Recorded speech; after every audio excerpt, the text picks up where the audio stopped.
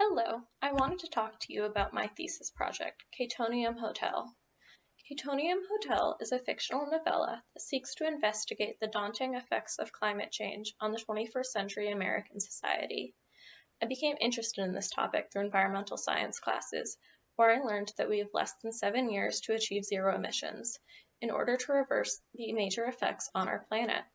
I define major effects of climate change as environmental phenomenon occurring due to human impact on climate, which will affect the average person's day-to-day life. In order to investigate the coming effects, I depict a theme of the familiar becoming alien through the use of world building. This novella uses the climate dystopian genre to explore the impact of sea level rise. I wanted this piece to stand apart from the traditional dystopian works by employing a lyrical form that causes the reader to focus on the emotions the characters are facing rather than the action of the events. Answering the question, what will it feel like to live through the future effects of climate change scientists are warning us about? This excerpt I am going to read is from the beginning of the piece. 2048.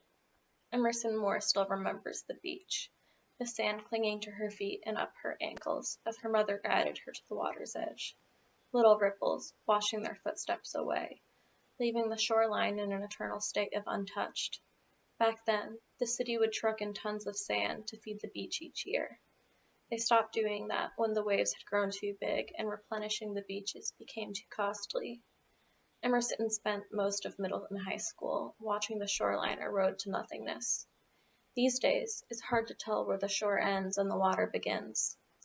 Her brother, Edgar, doesn't remember a world before the flood. He grew up in the muddied water that sits in the lobby of the old Marriott.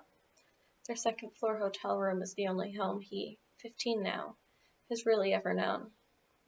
When he was young, Emerson used to let him wander down to the lobby to splash in the puddles built up on the marble floor. All the lobby furniture was discarded before they moved in, and a mother on the 4th floor had attempted to turn the flooded space into a wading pool for the children of the hotel. She placed old pool floaties she found in the storage closet in the water, and attempted to build a beach by the front desk with sand from a nearby construction site. The water was stale and would leave the occasional rash around Edgar's ankles. Nothing like the beach Emerson once knew. These days, Edgar spends most of his time in their room reading. Siobhan Bradley, who resides in the top-floor presidential suite turned penthouse, rescued all the books she deemed salvageable from the town library in the local thrift stores and the Barnes & Noble on 5th Street Emerson frequented with her mother growing up. She put together a makeshift library in the second bedroom she wasn't using. The library sees few visitors. It's not well organized. The shelves are stacked randomly with Shel Silverstein's The Giving Tree shoved between a copy of the Mormon Bible and the third book in the Harry Potter series. The occasional person will stop by and ask for a copy of their favorite childhood book, and will renew her faith in the project. Everyone longs for a bit of their childhood to free them from their reality. She is not alone. Today, Edgar is reading a copy of Fahrenheit 451, with the first 3 pages ripped out. Emerson walks out of the bathroom, running a brush through her hair when he pulls her from her trance, asking what a centrifuge is. She tells him she doesn't know and continues getting ready for the day. She tells him to do the same. It is still dark out and will be for the next few hours. Our civilization is flinging itself to pieces.